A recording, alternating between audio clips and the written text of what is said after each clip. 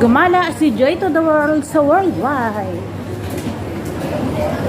Deli France. Deli France na restaurant. Papasok ako dyan.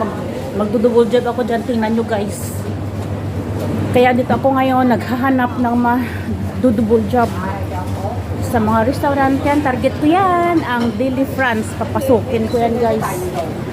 Ito, mga Philippine product.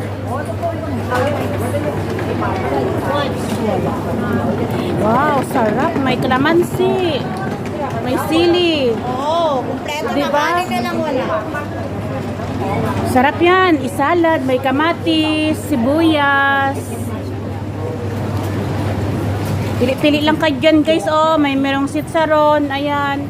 May mga pabango dito. Pili-pili lang kayo. Isisisi.